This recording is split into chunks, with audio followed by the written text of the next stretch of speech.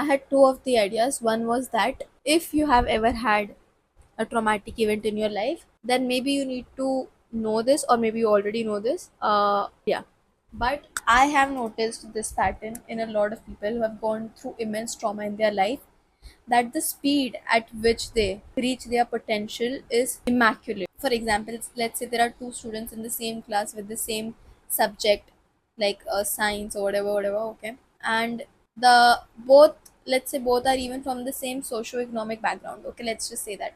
But just because that other person has some other traumatic event in their life, chances are that they are more likely to excel faster in life than the other person, and even the intensity of their success could be much bigger or much stronger than the other person, okay. Now, I have no evidence or anything to prove this, but I have noticed this in a lot of people, and I also think that trauma breaks a person so much that it makes them understand the value of pain, okay. The trauma makes a person understand the value of pain. Of course, a person who's going through a bad time does know the value of a good time, of good things, but they also understand the value of pain, because in the process, somewhere in some spot, even if it is very unrevealed or unaccepted, they do understand that it is this pain that will lead them where it will lead them, because the intensity of the pain is what they try to equalize with the intensity of their success or good times. That is what they try to do.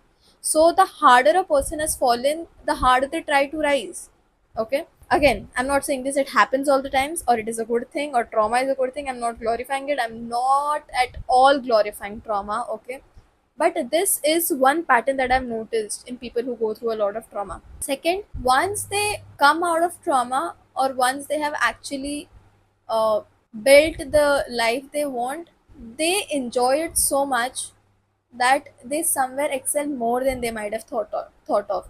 And that is the reason that they go to that high level. Because I'll tell you something, let's take an example that a person is very poor. They've seen poverty since a very young age, and almost all their life till they started working or whatever, okay. Once they start working, they try to build a stable lifestyle. That is all they want, okay. They just do not want to see that poverty anymore. They want to be sure of having stability in their life, okay, of having two meals a day clearly and all of that. But somewhere down the line, it is very unimpressed. It is very, how do I say? It is not very acknowledged that they want a lifestyle which is much better than just being stable. And it is not only acknowledged by the people around them, but also by them. Even they are not aware that that is what they want, but subconsciously they are so done with poverty. So this is the baseline of their what do I say, stability, okay. They're able to afford the clothes they want, they are able to have good two meals of the day, they're able to afford small they're able to afford some free time here and there, okay. This is their base level, this is where they wanted to reach consciously, okay. But they have been here, okay, they have seen the poverty here. So now, even if they've tried to come here, actually they've always thought that they want to reach here, but once they reach here, the technique or whatever it took for them to come here does not end. It keeps going on. And that is what takes them from here to here. So the pattern goes, they wanted to be here, but they will always be here. That is what it is. This is the pattern that I have noticed in a lot of people, okay, who have been through like really bad times in their life. The point of the matter is, if you've ever been through such a time, or if you're going through such a time, keep going, okay. One, because that is the only way out of this thing. Second, you won't realize, you may not even want that kind of success, but trust me, you will get it, okay.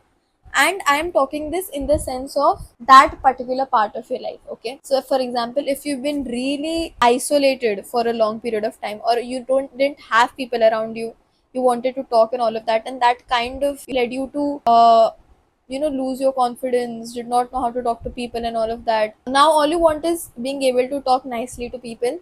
That's all you want, being able to openly communicate, not be afraid of talking to people. And if you keep trying that, in no time you will realize that you are not only able to talk nicely to people, you are able to give lectures, you're able to give speeches. That is how it works. One particular domain of your life that you've really been through a lot, in hard times will excel like anything. And the pace of your success, at least in that part, will be much faster than others, because others don't try to be there. They are naturally just where they are at a one certain point, but you try to be there, and that trying takes you even higher than where you want to be, because you don't stop once you reach where you reach, because now it's become your habit, now it's become the part of your lifestyle or whatever, of your personality, whatever it is. Okay, you keep doing that and you reach higher. Others are already at the base level and they are okay with it.